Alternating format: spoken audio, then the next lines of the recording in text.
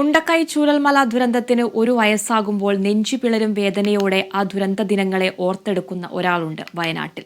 തന്റെ ഉറ്റവരെല്ലാം ഉരുളെടുത്തപ്പോഴും തളരാതെ ജീവിതം പടുത്തുയർത്തിയ ശ്രുതി എന്ന പെൺകുട്ടി. പ്രകൃതി ഒരുക്കിയ ഇരുട്ടിലും ശ്രുതിക്ക് വെളിച്ചമായത് നന്മ പറ്റാത്ത ഒരു പറ്റം മനുഷ്യരാണ്.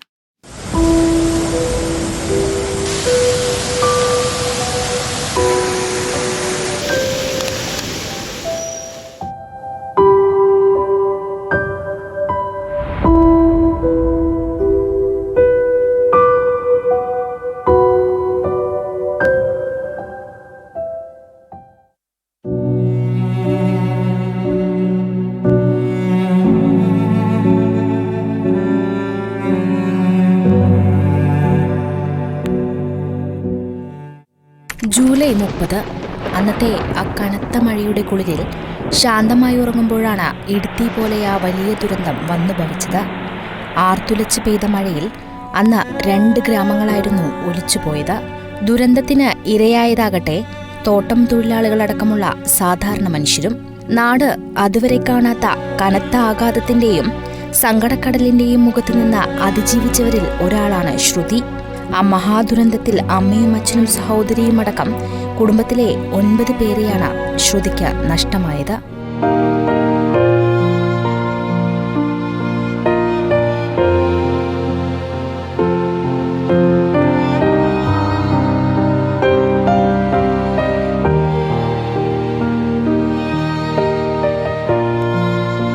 ഉരുളിൽ ഉള്ളുപൊട്ടിയവളെ തനിച്ചാക്കാതെ ശ്രുതിക്കൊപ്പം തണലായി നിന്നത് പ്രതിശ്രുതവരനായ ജെൻസനായിരുന്നു.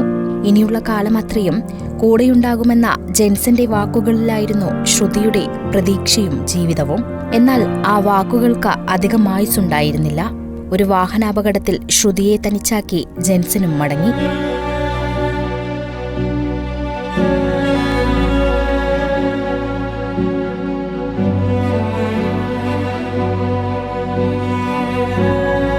അപ്രതീക്ഷിത ആഘാതത്തിൽ തളരാതെ പിടിച്ചു നിൽക്കണമായിരുന്നു ശ്രുതിക്ക്. കരളു പിളരുന്ന വേദനയെ കരുത്താക്കി ശ്രുതി പതുക്കെ ജീവിതം നെയ്തു തുടങ്ങി.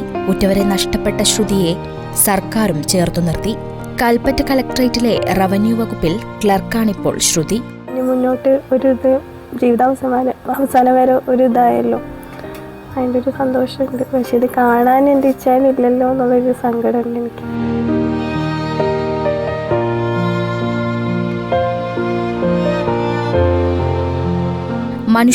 മനുഷ്യൻ മാത്രമേ ഉള്ളൂ എന്നതാണ് മുണ്ടക്കൈ ചൂരൽമല ദുരന്തം അടിവരയിട്ട് ഉറപ്പിക്കുന്നത്.